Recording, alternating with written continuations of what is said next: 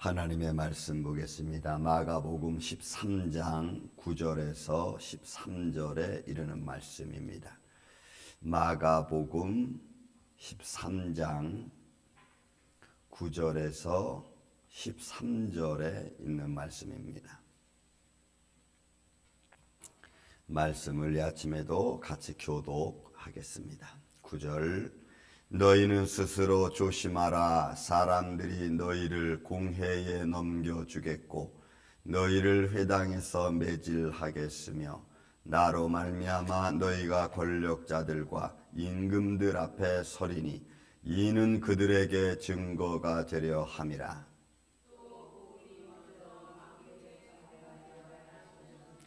사람들이 너희를 끌어다가 넘겨줄 때에 무슨 말을 할까 미리 염려하지 말고 무엇이든지 그때에 너희에게 주시는 그 말을 하라. 말하는 이는 너희가 아니요 성령이시니라.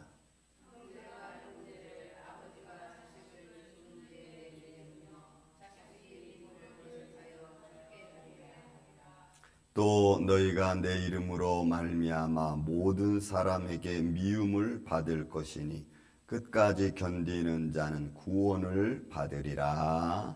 아멘. 기도합니다. 예수님 감사합니다. 오늘도 우리가 믿음 안에서 이처럼 하루를 또 살 수 있도록 인도해 주심을 감사합니다.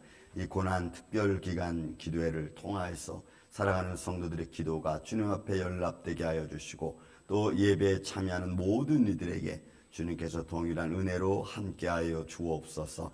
이 아침에도 사랑하는 김도현 성도를 주님께서 긍휼히 여겨주시고 그 마음속에 믿음의 씨앗이 들어가게 하여 주시며 어둠의 그늘이 예수 이름으로 물러가게 하여 주시고 성령으로 머리부터 발끝까지 주관하여 주시옵소서. 아버지 하나님 온 성도들이 이런 믿음 안에 서 있기를 원합니다. 시대를 바라보며 믿음에 굳게 서서 하나님의 영광을 높일 수 있는 주의 자녀들 되게 하여 주옵소서. 오늘도 이 아침부터 잠자리에 드는 순간까지 성령님이 함께 해주시며 말씀으로 힘을 얻는 복된 시간 되게 하여 주시옵기를 원하옵고 사랑이 많으신 예수님의 이름으로 기도하옵나이다. 아멘. 자, 오늘 수요일 3일 우리 고난주간 맞이하는 3일 수요일 아침입니다. 자, 오늘은 예수님의 마지막 교훈에 관한 말씀을 여러분들과 좀 나누기를 원합니다. 여러분 이 13장 말씀은 마태복음 24장에 있는 말씀과 같이 이루고 있죠. 근데 이 말씀 속에서 가만히 분석해 보면은 이렇게 나누어져 있습니다. 우리가 먼저 13장 3절부터 시작해서 9절, 8절까지 있는 말씀은 외부적인 환난에 대한 이야기를 합니다. 그러니까 천재지변, 또 자연재해, 뭐 이런 외부적인 것에 대한 재난을 이야기를 해서 그 재난으로 말미암아 이제 좀 어떻게 보면 나에게까지도 어려움이 올 수도 있고 때로는 조금 안 올 수도 있고 그러니까 외부적인 환난에 대한 이야기를 하고 오늘 본문의 말씀 9절부터 13절까지는 내부적인 환난을 이야기하고 있습니다. 자, 그 내부적인 환난은 크게 두 가지입니다. 내 몸이 육체적인 고통을 받는 것과 또 내적으로 영적으로 고통을 마음적으로 받는 고통 두 가지를 다 이야기하고 있습니다. 자, 먼저 너희는 스스로 조심하라. 그 조심할 이유는 사람들이 너희를 공회에 넘겨주겠습니다. 여러분 공적 기관입니다. 그러니까 분명히 우리는 어느 시점이 오면은 여러분 전화 여럽이나 혹은 아닐 수도 있고 때로는 어떤 상황과 시대적인 국가별로 좀 다를 수는 있겠지만 분명히 어떤 공적 기관에 의해서 제재를 받을 시간이 올 겁니다. 그게 이제 사회 시스템적으로 만들어지는 거겠죠. 그래서 공적인 우리의 육신의 삶에 제재를 받을 시간이 오게 된다는 겁니다.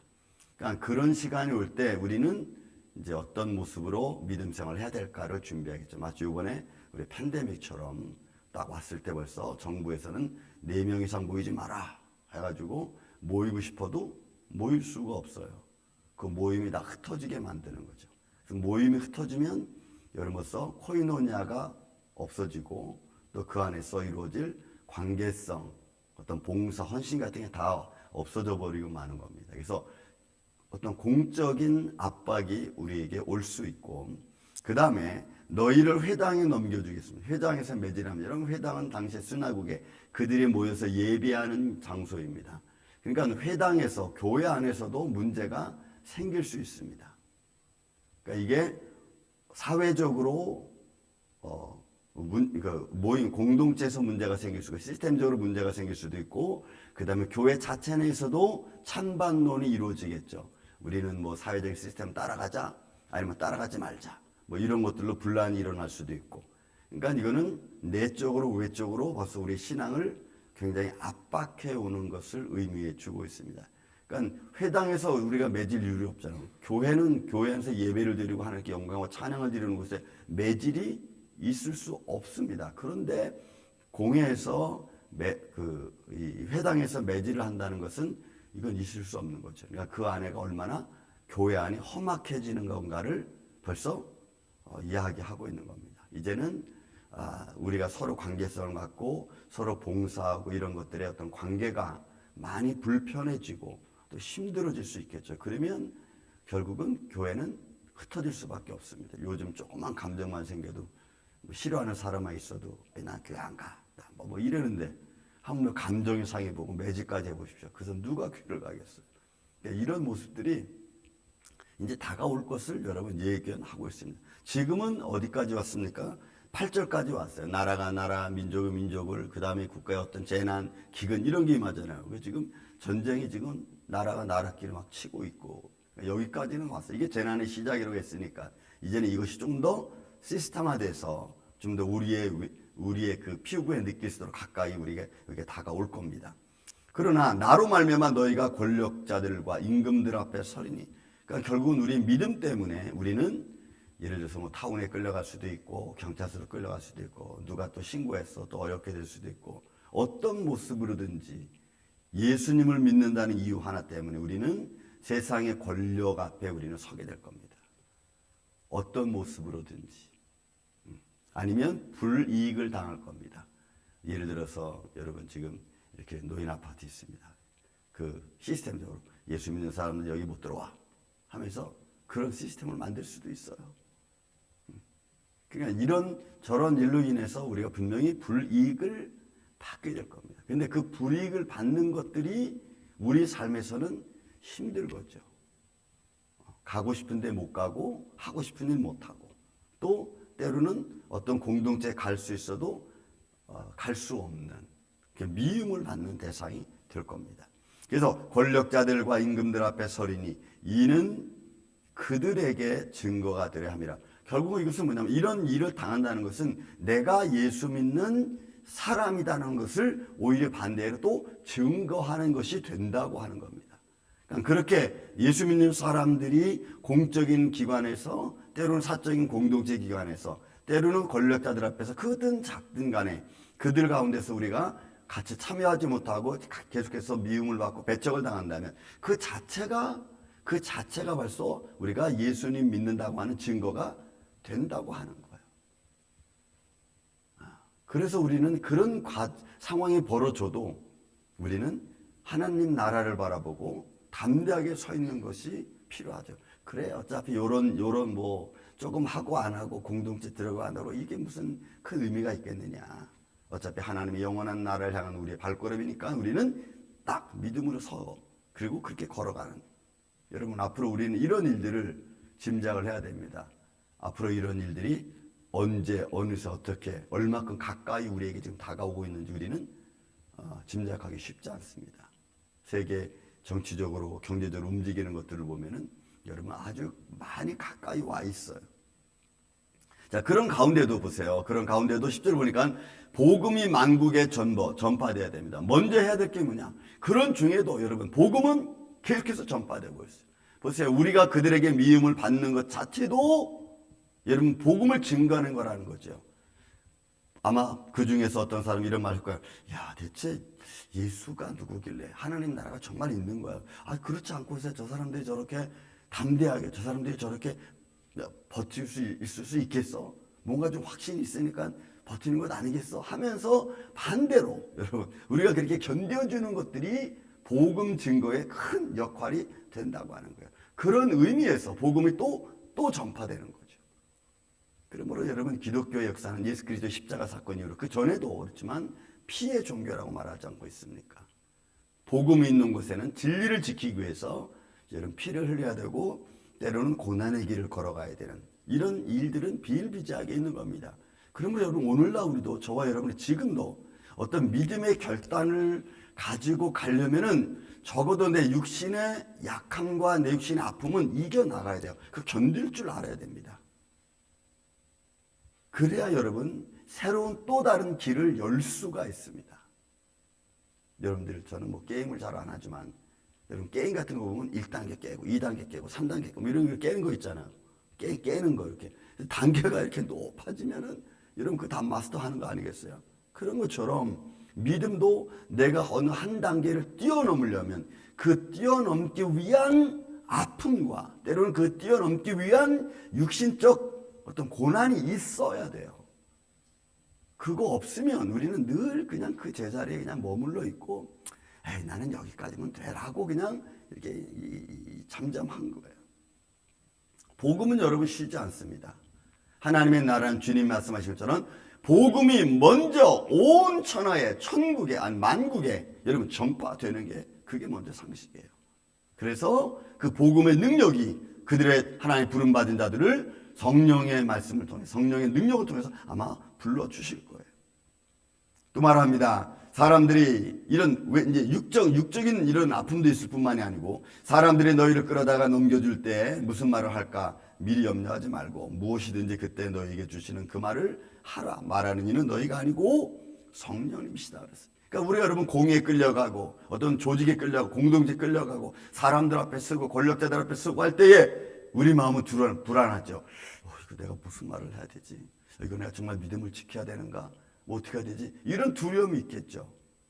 하물며 우리가 티켓을 띄고 그 티켓 때문에 이런 코트에 가는 것도 이거 내가 무슨 말을 해야 되지? 하고 겁을 먹는데, 여러분 믿음 때문에, 아무 죄도 없는데 믿는다는 이유 하나 때문에 사람들 앞에 서야 되고 증거해야 된다면, 여러분 사람들의 그 눈초리, 아우성, 이런 두려움이 있죠. 그때 여러분, 그때 우리는 그런 것을 외부적인 상황 때문에 두려워할 게 아니고 마음으로 기도하는, 그럼 우리가 무슨 말을 해야 될지 성령님이 우리에게 지혜를 주신다는 말씀입니다. 여러분, 그 믿음을 갖기를 예수님의 이름으로 축원을 드립니다. 그런 게 우리가 담대함이죠. 내 지혜로 말하는 게 아니고 성령님이 내 안에서 말씀할 수 있도록 나에게 지혜 문을 열어주시고 내 입을 열어주실 거예요. 분명히 주님이 그렇게 하신다고 하셨으니까, 그러니까 여러분, 우리는 두려워할 이유가 없어요. 그것 때문에 그 다음에 어떻게 될지는 또 몰라. 하지만 분명히 그 순간에는 하나님이 그렇게 하나님의 사랑하는 자들에게 역사해 주시겠다고 약속해 주시는 거예요. 그래서 여러분, 우리는 담대한 거예요. 저도 여러분 이 강단에 쓸 때마다 하나님이 내 마음에 내가 무슨 말을 할 건가를 먼저 이야기로 내 안에서 들려주신다고, 생각나게 하신다고. 이렇게. 그러면 그 말을 또 여러분들에게 선포하고 또 나누고, 이런 것들이, 이런 하나님의 성령의 역사가 우리로 하여금 환난당한 현장에서 우리를 지키고 하나님의 영광을 나타내고 믿음 앞에 설 수 있는 용기와 담대함을 주는 능력 중에 하나입니다. 그래서 누구든지 하나님의 자녀들에게는 하나님께서 이 은혜를 갑절로 주실 줄로 믿습니다. 그래서 여러분, 우리가 인간의 지혜보다는 하나님의 지혜를 우리가 간구합니다. 그 다음에 또 여러분 12절에 있는 말씀이 우리를 힘들게 하는 말씀이죠. 가정적인 고난이 또 올 수 있습니다. 형제가 형제를, 아버지가 자식을 죽는 데 내어줍니다. 여러분 디모데후서 3장 보면은 자녀에게 부모가 감사치 않는다 그랬어요. 자녀가 부모에 감사치 않아. 그러니까 그리고 무정한 시대가 됩니다. 여러분, 무정한 세대가 되고 서로 부모와 자식 간의 관계가 여러분 험악해지면은 이런 일이 일어나죠. 근데 내 욕심을 위해서 아버지 내주는 거예요. 아니면 부모는 내 욕심을 위해서 내가 자녀를 내주는 거예요. 죽는데. 그러니까 이러니 가정의 고난이 있다는 거죠. 그래서 여러분, 마지막 때는 여러분 믿음으로 하나 되는 게 가장 중요합니다. 가정이 믿음으로 하나 되는 게 여러분 중요해. 여러분, 환난 중에 아픔은 가정이 믿음으로 하나 되지 않고 자녀와 부모가 뭐 부부가 따로 신앙생활 이렇게 되면 이제 그게 나중에는 이런 문제가 딱 터지면은 신앙적인 문제, 공동체 문제, 이런 시스템적인 문제가 딱 터지면 이제는 거기서 어떻게 할 거냐? 당신 어디로 갈 거야? 애들은 너희는 어디 갈 거니?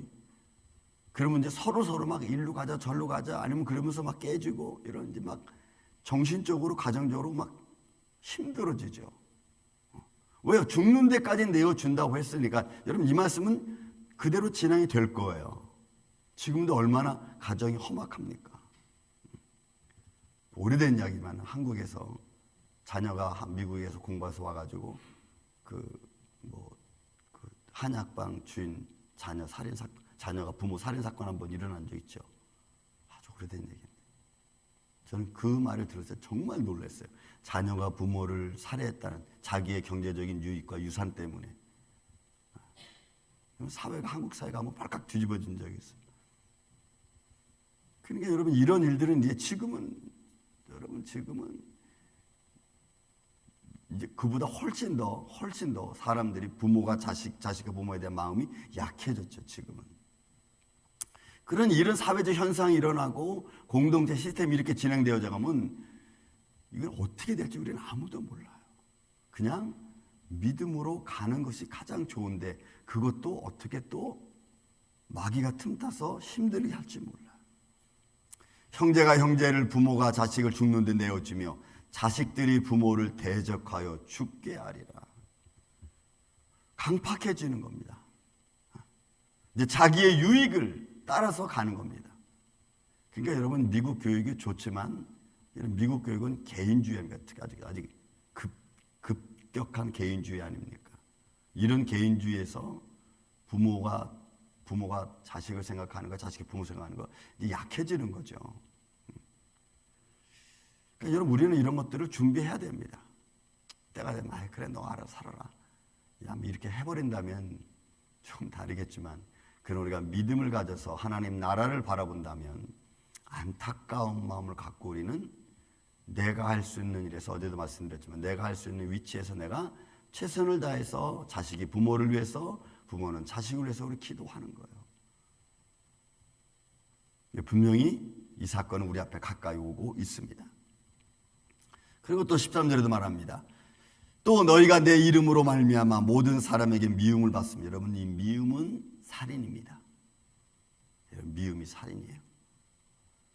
그러니까 예수님을 믿는 복음을 가졌다는 이유 하나 때문에 요즘도 여러분 그런 말을 들을 수 있을 거예요. 예수 믿는 사람들이 저러니까 안 되지 뭐 이런 거 그죠? 저는 그런 말 들은 적 있어요. 인천에서 제가 목회할 때 여러분 분명히 갑자기 두 앞에서 차가 띡 섰어요. 저도 쓰고 이 사람도 쓰고. 근데 차 안에 성경책이 이렇게 있었어. 이 사람이 나오더니 나한테 말하기를 막 뭐라 그러는 거야. 그 왜 차를 받아서 차 이렇게 떨어졌느니. 그래서 저를 데리고 저기로 갔어요. 어디로 갔냐면 그 자동차 파트 공업사로 갔어. 그랬더니 그 사람이 뭐기를 차 진짜 받으셨어요? 나한테 물어보더라고. 난 안 받은 것 같은데. 그게 나중에 뭐라 그러냐면 그 사람이 10만 원 달래 나한테. 더 웃으면서 내가 좀 세상이 이렇구나 느낀 게 뭐냐면 그분이 하는 말이 자기가 그렇게 한 이유는 성경책을 보는 순간 화가 나더래. 자기 어머니가 교회 다니면서 그 힘들고 어렵게 당하는 그 모습을 보면서 성경책을 보면 화가 나더래. 그래서 나한테 그랬다는 거예요. 야, 여러분 이제 저는 그 말을 그게 여러분 제가 언제나 95년도에 그래요. 95년도에 인천에 있을 때. 그러니까 예수님 믿는다는 이름이 또 예수님 믿는다는 어떤 상황과 조건들이 우리에게 안 좋게 벌어질 수 있어요. 그런 현장들 앞에 우리는 오늘 저와 여러분은 어떤 모습으로 준비하고 서 있어야 되느냐. 보세요. 모든 사람들에게 미움을 받을 것이니 끝까지 견디는 자는 구원을 얻으리라. 견뎌야 되는 거예요. 하나님의 나라를 바라보고 하나님의 말씀 붙들고 그렇게 돌아가고 있는 세상 앞에 내가 아우성 칠 거 없고 그렇게 되어지는 세상 앞에 내가 잘했니 못했니 되니 안 되니 나는 왜 이렇게 힘드니 이런 말 할 필요 없다는 거죠. 세상은 그렇게 갈 겁니다. 더 힘들게 우리를 감정을 상하게 하고 육신적으로는 힘들게 하고. 여러분 아직은 우리가 거기까지 가지 않았지만 이런 상황을 바라보면서 여러분들 가정이 먼저 복음화될 수 있도록 여러분들 최선을 다해서 할 수 있는 믿음의 길을 여러분들이 담대히 걸어갈 수 있는 이 아침에 저와 여러분이 되시기를 예수님의 이름으로 축원을 드립니다. 사랑과 은혜